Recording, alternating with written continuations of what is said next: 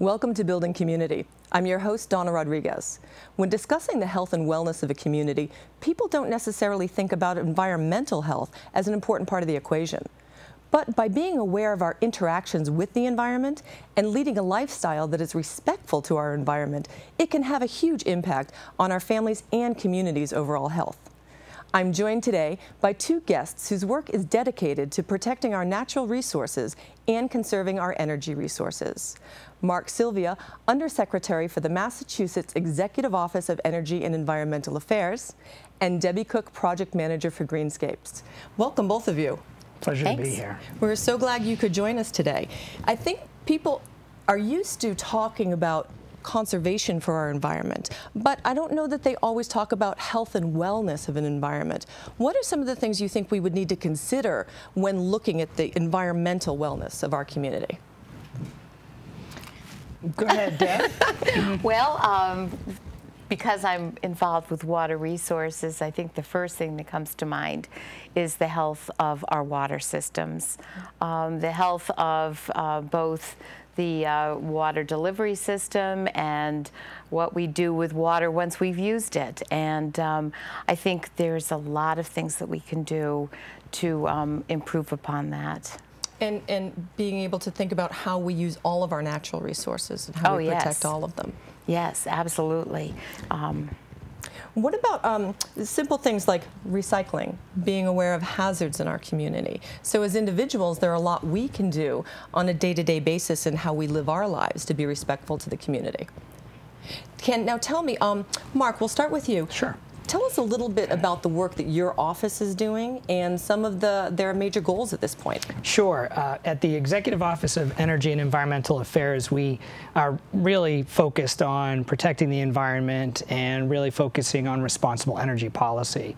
So agencies like the Department of Environmental Protection, who's really focused on water and air, and energy resources, really focusing on reducing the amount of energy we do use, and with the energy we do use, replacing fossil fuel generating or carbon intense energy with renewable energy or cleaner energy. And that's really been our focus. Governor Patrick has made the whole issue of clean energy one of the big priorities of his administration.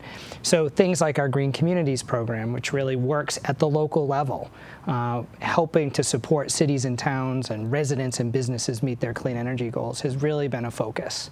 Now, it's really been it's been wonderful to see what the federal and state government has done to help to support individual communities in being able to make the changes they need to protect our environment. And you mentioned the Green Communities Act. Tell us a little bit about what that act entails for our communities. Sure. So the Green Communities Act was part of a suite of laws that the governor signed in 2008. There was the Global Warming Solutions Act, for example, that really set a target for us to reduce our greenhouse gas emissions, because at the end of the day, all that we're talking about is really about climate change issues and how do we mitigate or reduce the impacts or the trajectory we're on for climate change. And so the Global Warming Act set that target, and then the Green Communities Act really focused on the energy part of this. So energy is one of the big contributors to greenhouse gas emissions. And so the Green Communities Act really focused on providing tools at the local level to help cities and towns to reduce energy use in their municipal buildings or reduce energy use in vehicles, to focus on responsible zoning and identifying places for renewable energy projects, just by example, and focusing on building codes that ensured that we were building buildings or renovating buildings to be more energy efficient. So at the end of the day, they were reducing their carbon emissions. And that's really what the Green Communities program, which is part of that act, has done. We also have the Mass Save program. Deb and I were talking before the show about all the incentives and rebates that she took advantage of and her husband at their home to help do their part and to help reduce their energy use and live in a more comfortable home at the same time. That Mass Save program came out of the Green Communities Act and has been a real focus. Utilities have to provide all cost-effective energy efficiency to their customers. And that has meant a number of things, including flattening our energy use in Massachusetts. The efficiency programs have done that. It's also earned us the distinction of being #1 in energy efficiency nationally for the last 4 years. It's meant creating jobs. We were talking about the company that Deb had the work done at her house, Next Step Living. It's an example of a company that's focused on efficiency and been able to create jobs in Massachusetts. So those are the things that we've been able to do at the local level. Now, with the Green Communities Act, oh, I'm sorry, Deb, you were going to say? Well, no, I was going to say, you know, through this program, the Mass Save sort of Next Step Living, the services that we got were way more than I ever expected. It's way more than an energy audit. So people who think, well, I've had one in the past, it's not like that anymore. And I want to make a plug for that as someone who is a very, very happy person who took advantage of the program, not knowing Mark. Yeah. and what that means for Debbie and her family is reduced energy costs, and they have solar on their roof. So they're generating clean, renewable power that doesn't just benefit Deb, it benefits me and my family and you, because it's less fossil fuel generating electricity that we need to satisfy what are our daily needs. And I think that's an important part of the conversation. It's not just what the state is doing, it's not what the federal guidelines, but what each of us can do working together individually that's making our homes more energy efficient, cleaner, safer for our families, but it's also benefiting the whole community.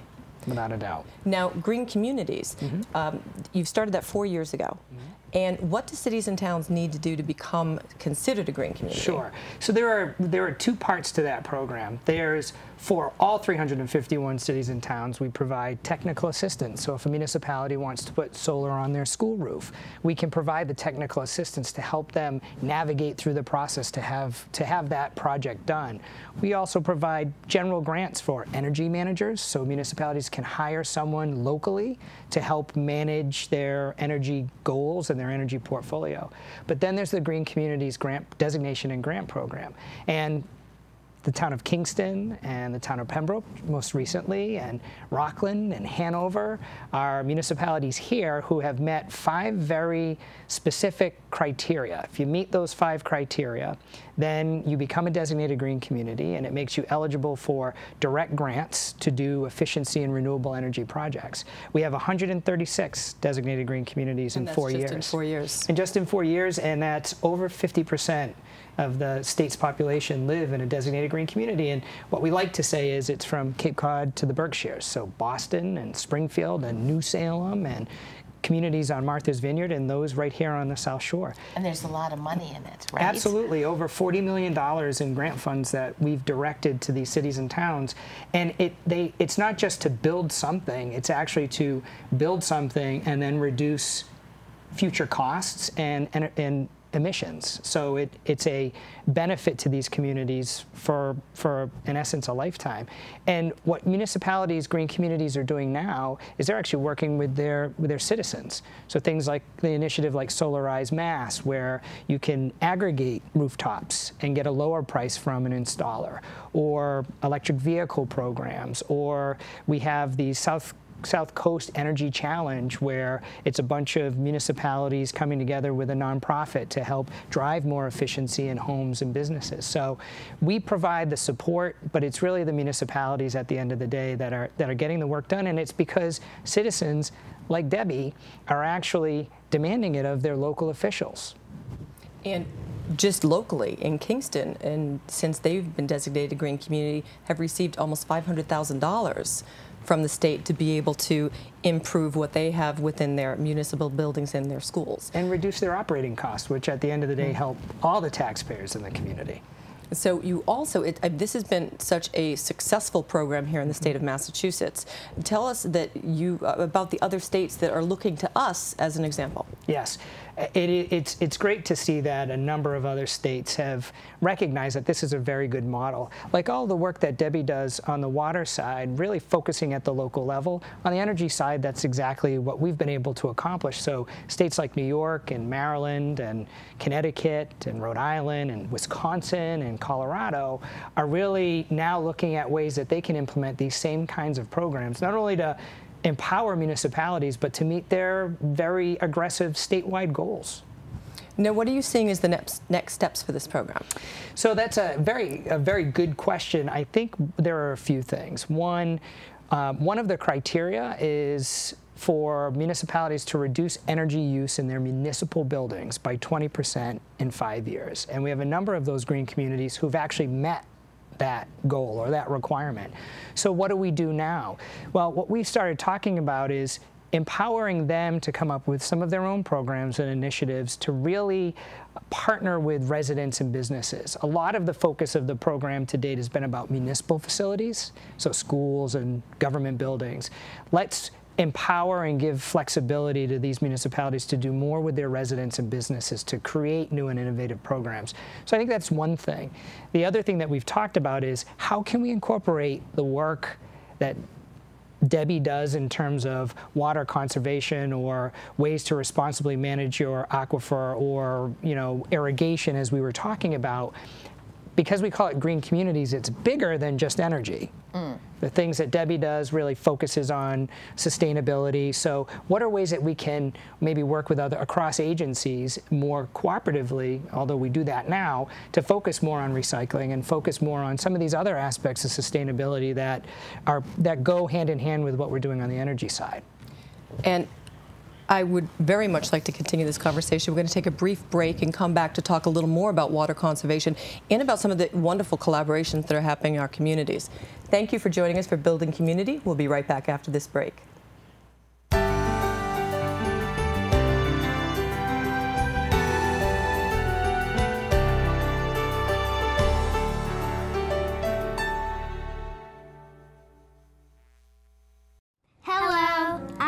And I'm Flynn. We want to tell you about the Duxbury Education Foundation. For 25 years, DEF has funded grants to improve the education of Duxbury students. Any teacher in the Duxbury school system may apply for a grant each year. Funds for the DEF grants come from generous donations as well as community events, such as the 4th of July Road Race and the annual phone fun. This year, grants included funding for robotic kits, laptops, pottery wheels, gym equipment, and preschool materials, among others. Remember, when you donate to the DEF, you are not only investing in the future of Duxbury, you are investing in the future of the world we live in. 33 years ago, a forward-thinking group of women established the Thrifty Pilgrim, a nonprofit thrift store. The goal of the Thrifty Pilgrim is to help feed and clothe those in need. Today we have 45 volunteers strong and have helped almost 4,000 people in the last year. Volunteer staff and your generous donations allow us to keep our prices low and on-site food pantries stocked. We ask for your continued support through donations of gently used items. Stop by, visit, shop, and see your generosity at work. Thank you.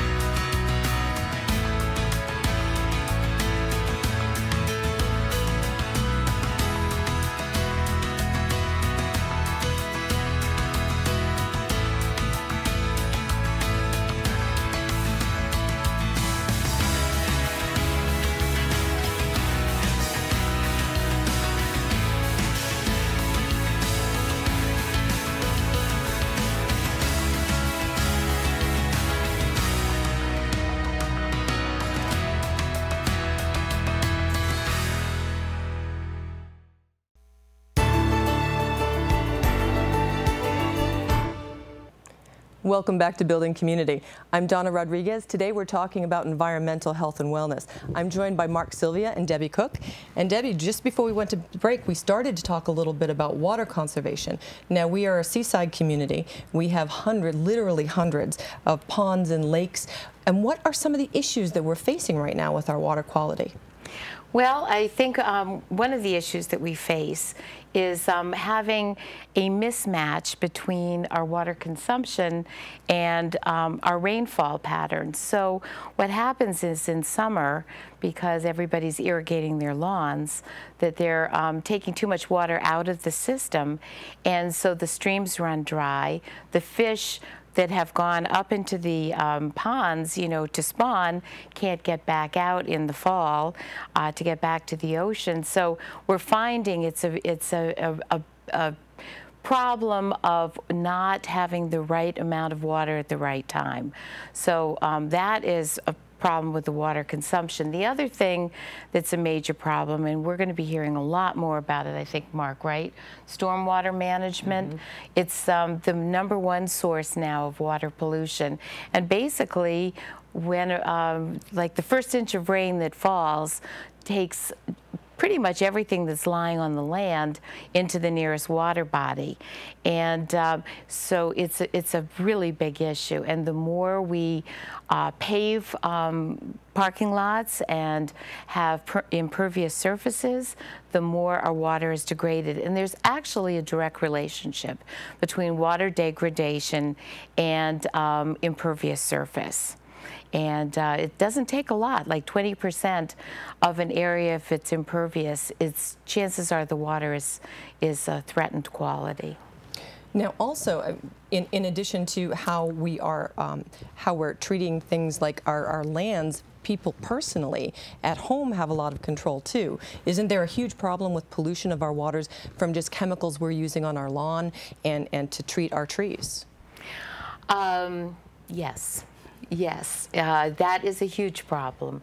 Actually, the more that I have learned, and I've been doing, you know, I've just gotten so involved in this, I realized that soil is actually getting very compacted because of the chemicals people are putting on their lawn, so that the water that used to filter through and get cleansed and enter our aquifer is now running off. So the whole water cycle is changing, and the water is actually leaving our area instead of sort of cycling around the way it used to. So the best thing that people can do is to take care of their lawns using organic compost and to avoid chemicals pretty much at all costs. The more we know, the more we realize it really does impact health. There's a lot of what do I want to say, relationship between all kinds of diseases and you know, lawn chemicals. So I think the best thing is to wean your grass off. Actually, we say in our Greenscapes program, best to go cold turkey and use compost and compost tea. And if you don't think you can do it, actually the Rose Kennedy Greenway and Harvard University are 100% organic, and they have absolutely beautiful properties. And one thing they say is they're very durable. I mean, because the roots are so deep, the grass is so healthy, the soil is so healthy, there's a lot of biodiversity in the soil because you haven't killed it off with the chemicals. And so basically it makes everything a lot more durable and drought tolerant. Now, your Greenscapes program really started off as an educational program. Can you tell us a little bit more about the program as an overall and how people can get the information to benefit from? Sure. It started about 10 years ago. It started as sort of an adult education program, basically in response to the fact that summer water use doubled, and communities were concerned, and a lot of communities had water withdrawal permits. So there was a public education component about it, and we felt, and the communities have felt, that we could do the public education component you know, very satisfactorily for the communities. And right now we're in 11 communities on the South Shore, and actually the program is also on the North Shore and out in Pioneer Valley. So there's about 50 cities and towns in the Greenscapes program. They all operate it a little differently and do their own thing, but we collaborate on materials, we collaborate on, you know, different messaging. I started a 5th grade school program about 5 years ago, and have done 15,000 children, all myself. Wow, that's and incredible. and so some of the schools have actually incorporated into their curriculum, which I am very, very happy about. What's really nice about this program is the parents are the educators, and so I get to educate the parents and the kids, and so about their local water resources, water conservation, water protection, and a lot of the principles that I'm talking about now. Now, tell me a little bit more about the adult education program. And you've got some wonderful resources on your website for people if they're interested in starting to look at re-educating themselves, number one, but number two, how they can put these things into practice in their own lawn. Sure.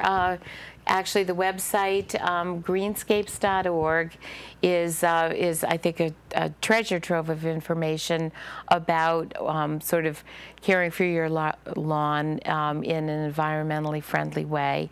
And all of the information that was on there was actually vetted by landscape professionals. So this was very carefully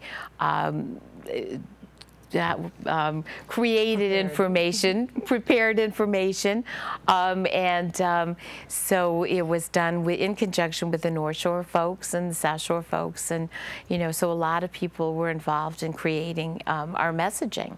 And we really do stay on message, but it's really interesting because now I'm seeing, well, if you go to Rose Kennedy Greenway, it's almost like, I don't know if they got our information or we got theirs, but really the message boils down to sort of the same thing. When to water, you water at dawn, you don't water too much, you water maybe once a week. I mean, the messaging is becoming very, I think everybody's sort of on the same page about it. And you offer so many resources and ideas. It's fantastic on the website, even down to the types of shrubs you might want to consider, how to mow your lawn, even how often to have your lawnmower maintained so it's doing better work, so you're actually mulching while you're mowing. There's so much there really to help to improve, not only improve the health of the community, but the health of your own lawn. Oh, absolutely. And the best part, the health of your family, because basically one of the things, if you do have chemicals on your lawn, a lot of those are tracked in, the fact that they say they're gone in 24 hours, and that yellow sign that you can, basically it's safe to walk on it after 24 hours. Well, research has shown that's probably not true, and that when you track that in, it can stay in your house for up to a year. So there's a lot of information out there now, and unfortunately, it's we are sort of the no pun intended, but the grassroots effort, and it's hard because we're fighting some interests that are very entrenched and really or you do fight us, on this, but it's hard. I look at I say to people, go look at some of the bags of materials that you buy, and they'll say inert ingredients, 90% with no definition of what that is, and sometimes they say those inert ingredients may be is equally bad as the active ingredients. So now, have you seen any luck in moving forward with interacting with the business community in being able to make changes that are healthier, or putting through any legislation that could help with ensuring that we know more about what are in these products that we buy?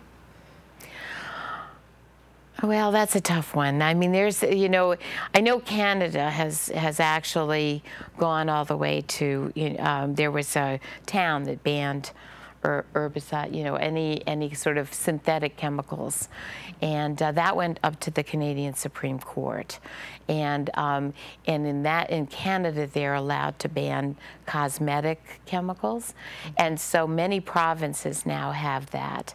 In this country, that has been really squashed.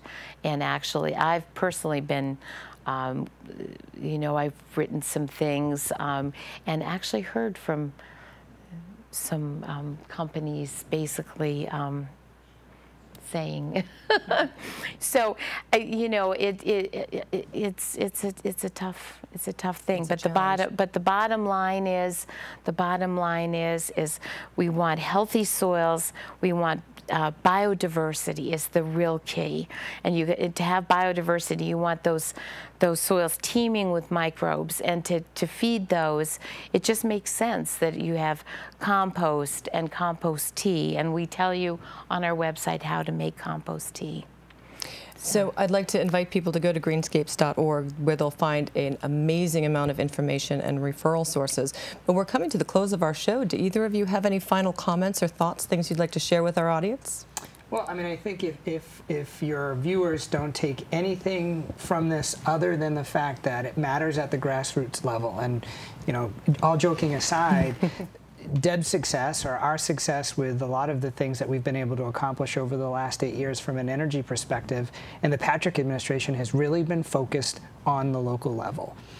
Providing the tools and support, whether it's curriculum, because I mean, that's how recycling ended up becoming what it is today. It's now a no-brainer, but kids shaming their parents and kids really understanding the value in teaching their parents is what we hope to continue to do on the energy side, and it sounds like it's a real success story and a focus that you have on the water side. So, you know, you do have power at the local level. As a resident or as a business or as a municipality, you do have that power to make a difference. And as a matter of fact, in the U.S., nationally, we don't have a real strong, comprehensive national energy policy because one hasn't been able to make its way through Congress. So the only way we've been able to really make a difference, and for Massachusetts is to lead, is to do it on our own and to work with our neighboring states to really make a difference. And that's what it takes. And to work with your individual towns. I mean, Absolutely. as you're saying, the collaboration, I think, is a wonderful message, that it's things we can do individually in our homes.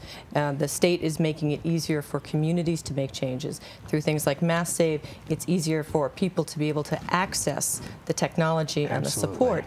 And through groups like Greenscape, we're able to educate people. So it really is everybody working together to improve our homes and our community and our state. I'd like to thank both of you for joining me today, and I'd like to thank you for joining us for this episode of Building Community. In our next episode, we're going to be discussing social health and wellness on a community basis. For replay times, resources, and more information, visit pactv.org. If you have show ideas, comments, or questions, email buildingcommunity@pactv.org. Thank you.